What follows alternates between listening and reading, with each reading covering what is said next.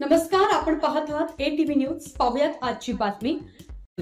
आज वसमत या ठिकाणी हिंगोली जिल्ह्याचे निवडणूक प्रभारी आमचे मंत्री अशोक उईके साहेब या ठिकाणी आले आणि आमच्या नगराध्यक्षपदासाठी 2 उमेदवारांनी अर्ज भरला होता.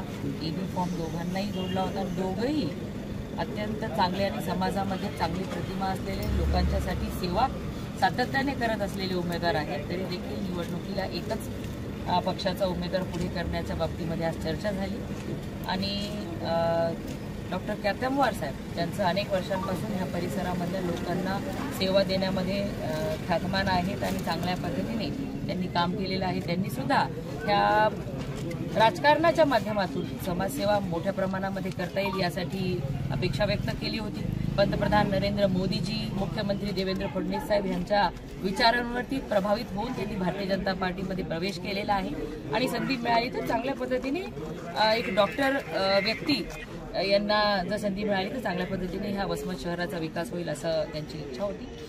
परंतु निवडणुकीचे गणित लावताना आणि बोड्डेवारजी जे आमच्या या ठिकाणी पक्षाचं राज्यामध्ये देशामध्ये तेवढं काही नसताना सुद्धा त्यांनी पक्षाचा स्वाभिमान टिकून ठेवण्यासाठी जे आतापर्यंत या ठिकाणी प्रयत्न केलेले आहे, प्रत्येक वेळी निवडणुकीला भारतीय जनता पार्टीचं प्रतिनिधित्व त्यांनी केलं आणि वसमत नगरपालिकेमध्ये प्राबल्य हे बोड्डेवारजी आणि त्यांचे सगळे सहकारी म्हणजे आमच्या मग भारतीय जनता पार्टीचे सगळे सहकारी ह्यांच्या मेहनतीमुळे राहिलेले आहे. आज देशामध्ये राज्यामध्ये एक हाती भारतीय जनता पार्टीची सत्ता असताना वसमतमध्ये सुद्धा बिहार सारखा निकाल लागला पाहिजे यासाठी आमच्या कोर कमिटीच्या सर्व सदस्यांच्या म्हणण्यानुसार एकमताने आम्ही बोड्डेवारजींच्या पत्नीला या ठिकाणी उमेदवार म्हणून निर्णय घेतलेला आहे आणि येणारी 2 तारखेपर्यंत सर्व भारतीय जनता पार्टीचे सहकारी सर्व तन मन धनाने या ठिकाणी भारतीय जनता पार्टीचा झेंडा हा प्रत्येक प्रभागामध्ये आणि नगराध्यक्ष जास्तीत जास्त मतांनी निवडून येतील यासाठी प्रयत्न करणार आहेत असा विश्वास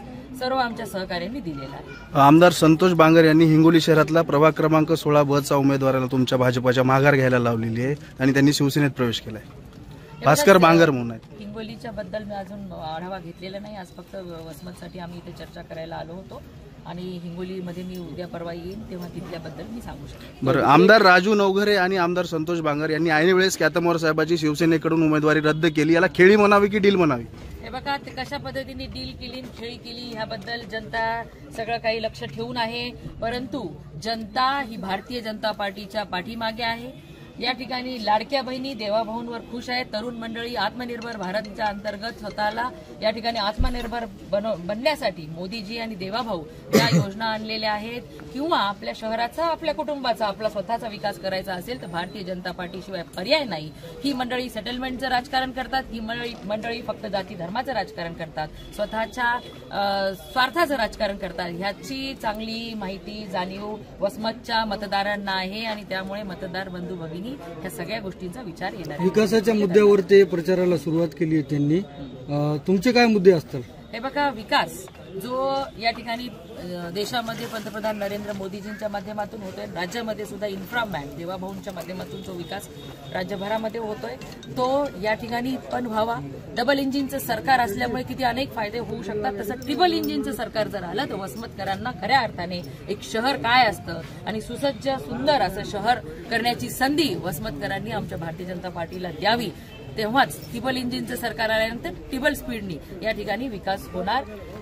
त्यामुळे मी वसमतच्या मतदार बंधू भगिनींना विनंती करते की भारतीय जनता पार्टीच्या कमळ ह्या निशाणीवरच्या सर्व उमेदवारांना आपण निवडून. वसमत शहरात विकास व्हायला पाहिजे होता, तसं झाला वाटते का तुम्हाला? हे बघा, आता येणाऱ्या दिवसांमध्ये हे सगळे आमची भाषणं येतील, जाहीरनामे येतील. एक महत्वाचा प्रश्न आहे, भाजपमध्ये घराणेशाही दिसून येते का? कारण भाजपामध्ये एकाच घरातले 5 उमेदवारी अर्ज समोर आलेले आहेत.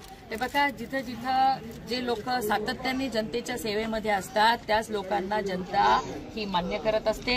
आमच्याकडे सर्वे होतात, मुख्यमंत्री महोदय सर्वे करतात, प्रदेशाध्यक्ष सर्वे करतात, आमचाही लोकल सर्वे होतो आणि सर्वेमधून ज्याचं नाव पुढे येतं त्यांनाच आम्ही उमेदवारी देत असतो.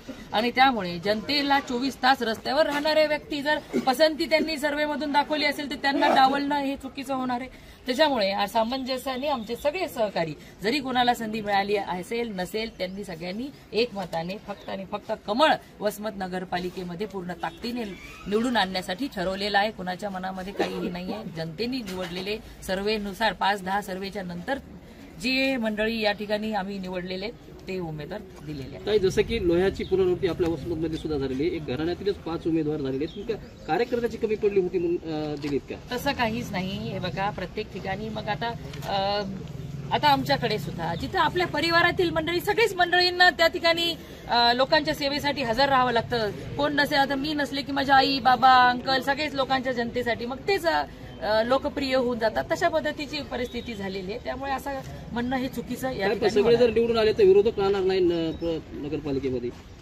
घरातले जर सगळे निवडून आले तर चांगलं काम करणाऱ्या जनता निवडून देते. सगळे निवडूनच येणार. कमळामध्ये जे उमेदवार उभे राहतील ते सगळे भाजप परिवाराचे असतील. आम्ही एक परिवार म्हणून एक कुटुंब म्हणून या देशामध्ये नरेंद्र मोदीजींच्या विचारांवर देवाभाऊंच्या विचारांवर कधी सुद्धा भाजप हा परिवार म्हणून काम करत असतो. त्याच पद्धतीने मग कुणी एका परिवाराचे नाही. जेवढे काही आमचे भाजपचे उमेदवार उभे आहेत ते सगळे एका परिवाराचे भाजप परिवाराचे हे तुम्ही सगळ्यांनी समजावं. आम्ही सुद्धा त्याच पद्धतीने या ठिकाणी निवडणुकीला तयार. राष्ट्रवादीने देखील आता त्यांचा उमेदवार उभा केलाय. सत्ताधारी आमदार आहेत. तुमच्याकडून काय तयारी असणार आहे आणि किती नंबरला असाल तुम्ही? हे बघा नंबर आता सांगता येत नाही. विधानसभा जिंतूरच्या वेळेस मला 3 नंबरला लोकांनी सांगितलं पण निवडून मी आलेली आहे. त्यामुळे नंबर बिंबर आता नाही ठरत.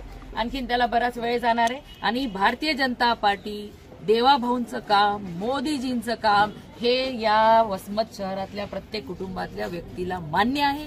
आणि त्यांच्या मनाची चोरी ही भारतीय जनता पार्टीच्या नेतृत्वाने केलेली आहे. त्यामुळे भरभरून असं कमळावरती प्रेम मतदार बंधू भगिनी ह्या निवडणुकीला दाखवणार. अशाच प्रकारे नवनवीन घडामोडी पाहण्यासाठी आपल्या ATV न्यूजच्या YouTube चॅनलला सबस्क्राईब करा आणि रहा अपडेट.